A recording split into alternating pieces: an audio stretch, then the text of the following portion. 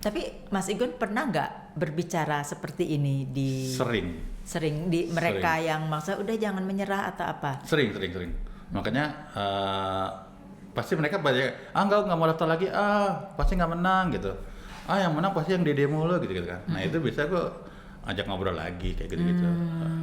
Lihat situasinya kayak Mas, gimana. jadi berarti perannya Mas Igun ini bukannya penting aja ya? Kalau orang bilang VIP itu ini ada VIP gitu loh. Aku sih kagak pikir gitu ya, cuman aku pikir melakukan sesuatu cek kebutuhannya aja sih sebenarnya. Jadi kalau itu kan dengan suara yang rendah hati aja kan. Iya, ya kebutuhannya seperti itu ya lakuin aja itu sebenarnya Mbak. Karena kan pertama aku awal tuh 2018 lihat tuh case-nya masalahnya apa nih yang terjadi gitu kan. Oh ada, kan waktu aku kelempar tuh. Menurut kalian anugerah musik Indonesia sekarang gimana? Nah dia bilang, ini titipan gitu. Nah dari poin-poin itulah aku mulai satu persatu aku mulai samperin kenapa dia ngomong kayak gitu, apa yang kalian dengar gitu. Jadi dengan saya datang ternyata sebenarnya cuma bicara hubungan, komunikasi, ngobrol, iya, cuma itu doang kok sebenarnya. Nggak ada yang lain gitu. Jadi kalau kita ngobrol, datang, sowan, mereka cuma mana-mana aja. Nah sekarang kan kalau kita lihat AMI itu, kita kok jadi ngomongin API nggak apa-apa deh ya, karena ini mungkin banyak yang sudah tahu tapi banyak juga yang belum tahu. Ya, mungkin betul. Balance ya apa yang diceritakan ini mungkin Mas Igun memang sudah melakukannya tapi untuk secara one on one meeting dengan orang tersebut gitu. Tapi secara umum orang mungkin belum pernah mendengarkan itu motivasi yang Mas Igun berikan kepada musisi-musisi itu mungkin hanya langsung aja gitu kan. Betul. Nah, pernah nggak ini di secara forum gitu dibicarakan bahwa begini loh prosesnya begini loh gitu. Aku tuh, ini bicara pribadi ya. Gini. Emang saya mau balikin ke pribadi. Aku tuh ngerasa jadi orang yang nggak punya power ketika ngomong ya Mbak. Ngerasanya ya Mbak. Jadi aku tuh selalu bikinnya ada nggak sih apa bilangnya orang yang ketika ngomong ini menyampaikan ini orang akan dengerin. Nah bisa aku dalam bentuk aku pernah interview Gamaliel GAC. Bentuknya udah di posting juga di AMI Awards. Yang dia juga cerita dia tuh tahun ke-7 atau tahun ke-8 baru dapat piala AMI. Jadi dia sharing waktu itu. Itu jadi menurut aku ketika informasi ini yang ngomong adalah orang yang berpengaruh itu akan mudah diterima sama orang menurut aku. Sama ketika Sal Priadi di interview pada saat nominasi itu kan jadinya jadi besar dampaknya. Gitu ya. Menurut aku makanya aku bilang aku butuh orang untuk informasikan ini ke orang yang punya pengaruh cukup besar di luar sana gitu loh. Sebenarnya gitu. Tapi nggak sadar kalau diri sendiri itu juga menjadi orang yang luar biasa gitu. Nggak mikir ke situ aku Mbak. Sumpah bener aku nggak mikir ke situ. Aku nggak mikir ke situ. Iya memang nggak kepikir situ tapi orang di luar sana kan melihatnya berbeda. Iya. Itu ada dong rasa itunya ada. Iya selalu ada. Kadang gini kayak contoh, aku pernah ngalamin yang namanya ini artis baru, aku support, mereka naik, mereka lupa sama aku, begitu mereka turun nyari lagi gitu. Aku ngerasa ternyata gue dibutuhin ya gitu. Paling di situ ngerasanya. Bukannya merasa waktu di atas lu nggak nyari gue, di bawah sekarang nyari lagi. Tetap ada lah manusia biasa yang tetap ngerasain itu. Tapi begitu mereka balik lagi, gue dibutuhin sama mereka ya gitu. Jadi itu justru jadi bikin aku nggak mau berhenti gitu. Mas kalau mau nanya nih, apa yang membuat orang tuh nyariin Mas Igun? Apa ya? Sebenarnya karena gara di Instagram semasif itu ya. Padahal kan nggak semua yang aku posting semuanya juga engagement-nya bagus. Betul. Aku selalu bilang gitu, enggak orang pengen ada di tempat lu Mas gitu. Oh gitu ya? Kenapa tuh? Karena fokus kali ya. Karena fokus ngelakuin tiap hari gitu. Dan ngelakuinnya hal yang nggak orang lakuin juga gitu kali ya. Jadi orang mikirnya gitu kali ya. Tapi kan Mas waktu di posting sudah selesai kan? Cuman posting aja, tidak ada lanjutan yang ABCD di promo apa kayak gitu, enggak kan? Ada beberapa yang kalau aku suka banget. Ya ini kan masalah preference. Nah ini idealisme lah. Ya kan? Tapi untuk yang lainnya, yang kok tetap aja dicari, walaupun udah tahu cuma sekali posting, pluk gitu. Kenapa ya? Nggak tahu ya. Aku gampang kali. Gampang Nggak nyebelin, kita nggak nyebelin kali ya. Padahal aku nyebelin lah aslinya. apa kayak membuka diri, welcome aja gitu ya, Mbak? Iya, aku gitu. welcome aja sih sama siapapun.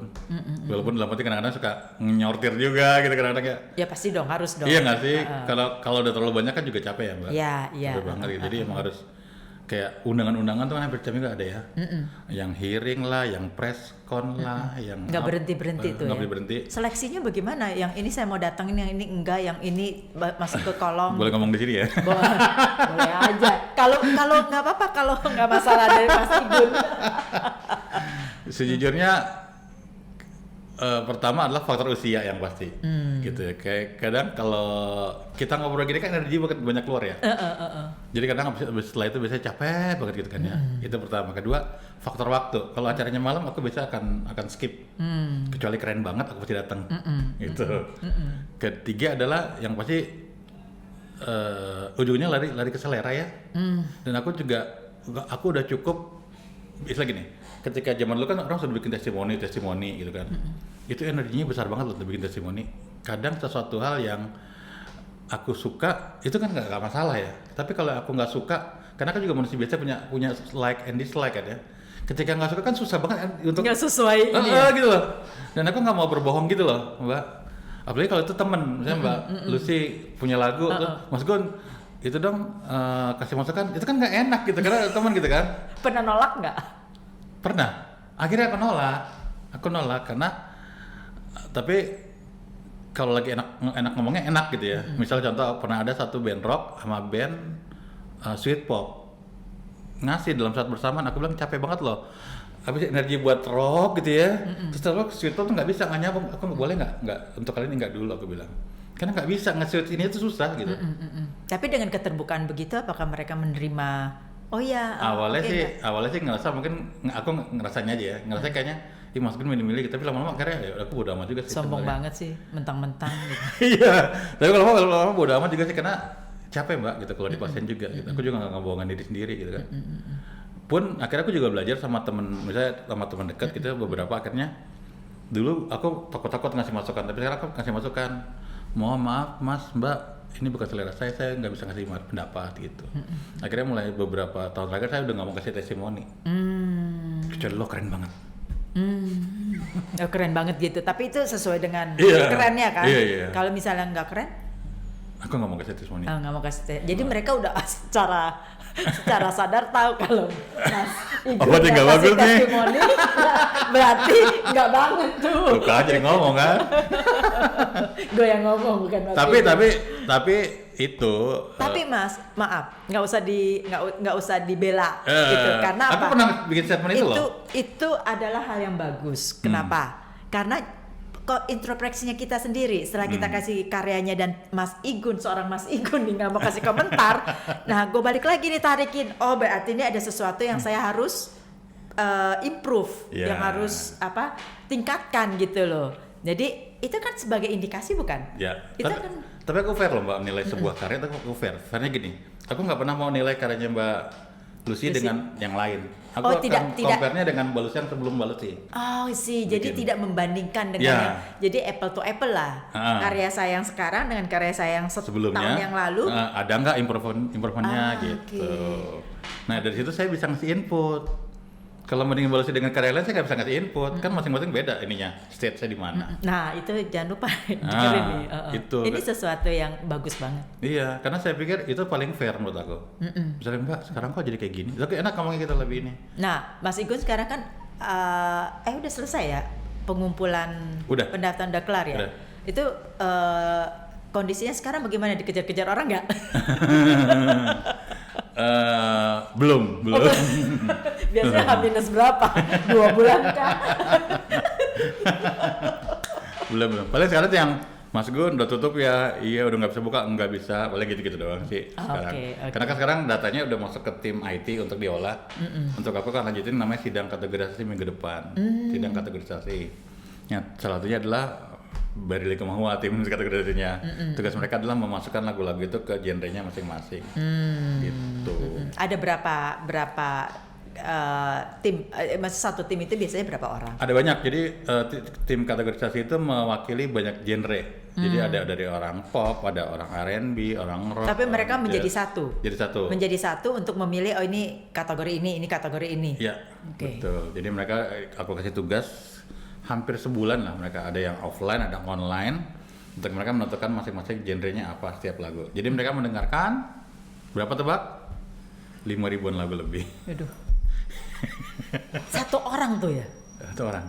Masing-masing mendengarkan. Dan dikasih waktu 1 bulan? Hampir 1 bulan. Buset ya, 5.000 dibagi 30 berapa satu hari kita mesti? 5.000 dibagi 30. Nah makanya aku nyari orang yang expert, kayak ada yang dia spesialis R&B, spesialis jazz. Jadi dia baru dengar begini, ini masuknya di sini. Bisa. Dengar begini masuk. Tapi jangan salah, anak zaman sekarang itu kan lo denger di awal begini, tetap tengah-tengah jadi begini, iya nggak sih? Itu harus denger benar-benar full satu lagu. Apalagi untuk genre-genre kayak kontemporer, progresif itu kan harus full satu lagu. Kayaknya image-nya 3 menit. Lebih progresif bisa 5 menit sampai 12 menit. Jazz apalagi? Nah, jazz kalau nggak di stop bisa 20 menit. Iya, itu dia. Ada satu album tahun ini tuh, satu album cuma 2 lagu, satu lagu 30 menit. Dan itu harus didengarkan. Harus didengarkan. Alamak. Itu tantangan ini banget ya. Sangat. Dan aku kan nggak paham banget tentang musik ya. Karena aku hanya penikmat sama koleksi. Dengan aku ikut tim sidang, aku jadi kaya malah. Oh, lagu bagus tuh kayak gini. Oh, lagu genre-nya tuh kayak gini gitu. Nah, ilmu-ilmu itu aku serap, ya aku bisa terapin ke apa yang aku kerjain. Nah, mulai tahu ini pada saat di mana tuh?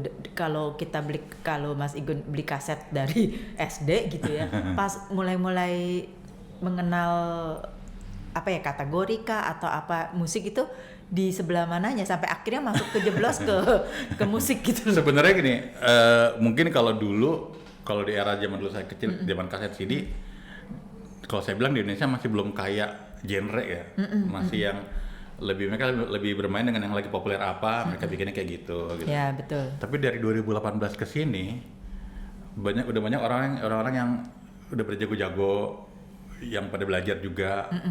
Akhirnya mereka gitu bikin yang jazz yang beneran gitu, yang murni jazz. Karena mungkin udah mulai digital ya, jadi gampang informasi. Benar. Informasi dapat banyak YouTube. gitu ya.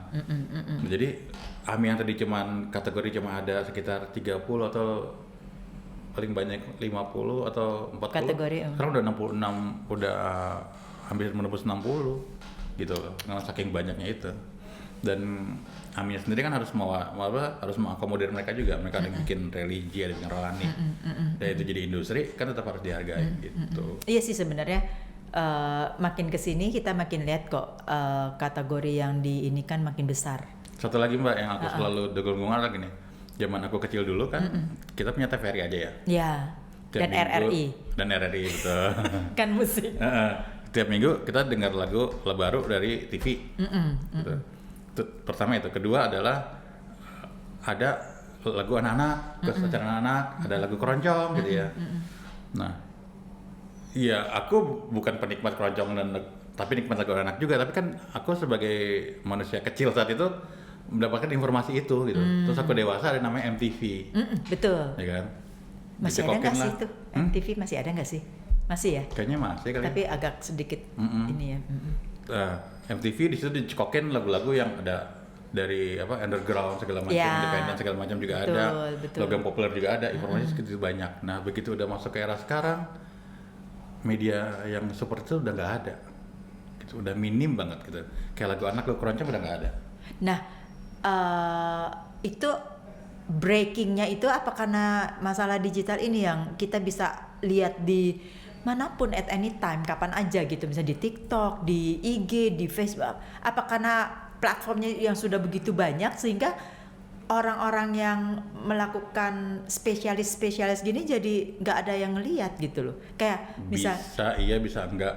Tapi aku lebih mikirnya adalah orangnya banyak, medianya nggak mau support, menurut aku, gitu loh. Kalau dulu kan media cuma ada satu, mau nggak mau deh kesana. Selain mau nggak mau, emang mereka juga ngedukung itu kan, gitu. Nah makanya AMI tetap ada kategori keroncong anak-anak. Jadi pernah case tahun berapa aku lupa, ada isu tentang sepinya lagu anak. Iya, Untungnya betul. mereka hubungin aku, Mbak. Untungnya, Mas Gun, gue mau nanya dong di AMI lagu anak kalau terima tiap tahun berapa? Aku kasih tau, Mbak, hampir 200 lagu. Hah? 200 lagu? Berarti banyak dong, banyak. Oh, berarti gue harus rubah nih. Tadi mau bikin isu tentang sepi lagu anak, ternyata lagu anak banyak ya. Lo harus bikin, isunya adalah tidak ada media yang mendukung lagu anak, aku bilang. Lagunya banyak, tapi nggak ada yang ngedukung. Ini bisa kita juga nih yang ini. Termasuk keroncong, Mbak. Oh, Termasuk keroncong juga enggak? Keroncong yang masih muda-muda tuh banyak banget. Aku tuh ketika setiap tahun memulai AMI itu aku yang DM atau ke sosial media mereka. Ini nggak ada orang yang tertarik untuk membuat media misalnya keroncong atau Ya akhirnya aku bikin, tapi aku jadi kan general Dia ya. kan general. Tapi kan tetap minimal ada gitu. Oke, I see. Dibanding nggak ada kan? Yang sama di platform yang sama ya. Mungkin case-nya sama tadi aku bilang, aku bukan orang yang punya suara besar. Tapi kalau untuk yang kayak gitu, aku punya suara gede gitu. Maksudnya, karena aku benar-benar perhatian sama mereka, aku bikin tuh kayak, karena aku ada konten namanya antisipasi. Iya, Antisipasi anak. Jadi semua lagu anak-anak gitu aku bikinin gitu. Antisipasi Ramadan di lagu-lagu Ramadan semua aku bikinin gitu. Jadi emang benar-benar untuk ngasih tahu ke orang-orang kalau ini masih ada lagu keroncong, lagu anak masih ada. Gitu. Itu harus kita bukan promosikan ya, kita harus berjalan bersama-sama untuk biar tambah besar gitu kan. Iya. Karena sekarang digital itu kan ada plusnya ada negatifnya ya. Nah, negatifnya itu saking banyaknya konten, sehingga yang konten nggak reguler atau yang jarang-jarang itu tenggelam. Benar. Iya kan? Iya. Jadi kalau kita mau menaikkan misalnya tadi anak atau keroncong atau yang lain lah misalnya, itu mesti ya either kita rajin terus upload atau kita bergandengan tangan, bikin komunitas untuk nge-boosting itu. Iya. Dan yang paling penting adalah konsisten dan persisten itu sebenarnya. Oh, konsisten dan persisten itu ya. Itu yang susah. Kadang kita kan ngebangun hubungan kalau nggak persisten juga ya udah gitu loh. Jadi emang ada satu orang yang memulai untuk jadi ada orang lain gitu. Gitu kalau aku bilang. Karena banyak banget loh materinya, banyak banget. Sayang banget dan itu bagus-bagus gitu. Mas Igun nggak pernah ngajak orang yang maksudnya yuk kita berkolaps yuk. Saya tahu informasi ini dan ya nggak sanggup lah kalau sendiri kan. Tapi yuk kita bikin gimana supaya ini naik ke permukaan misalnya gitu loh. Ya itu sulitnya adalah karena aku susah bekerja sama orangnya. Jadi kadang ketemu orang juga nunggu klik gitu ya. Ada klik baru jalan gitu kan. Kalau nggak klik nggak mungkin juga aku share. Sama kita klik nggak ya? Gitu. Sama kita nggak klik ya? Kayak gitu jadi kayak aku bikin gigs aja cuma cocok sama satu orang doang tuh. Ada satu. Jadi kita sama-sama bisa mikir dalam jangka waktu seminggu dan akhirnya jadi gitu. Gue mau bikin yang kayak gini, artisnya ini, gitu, nyambung gitu.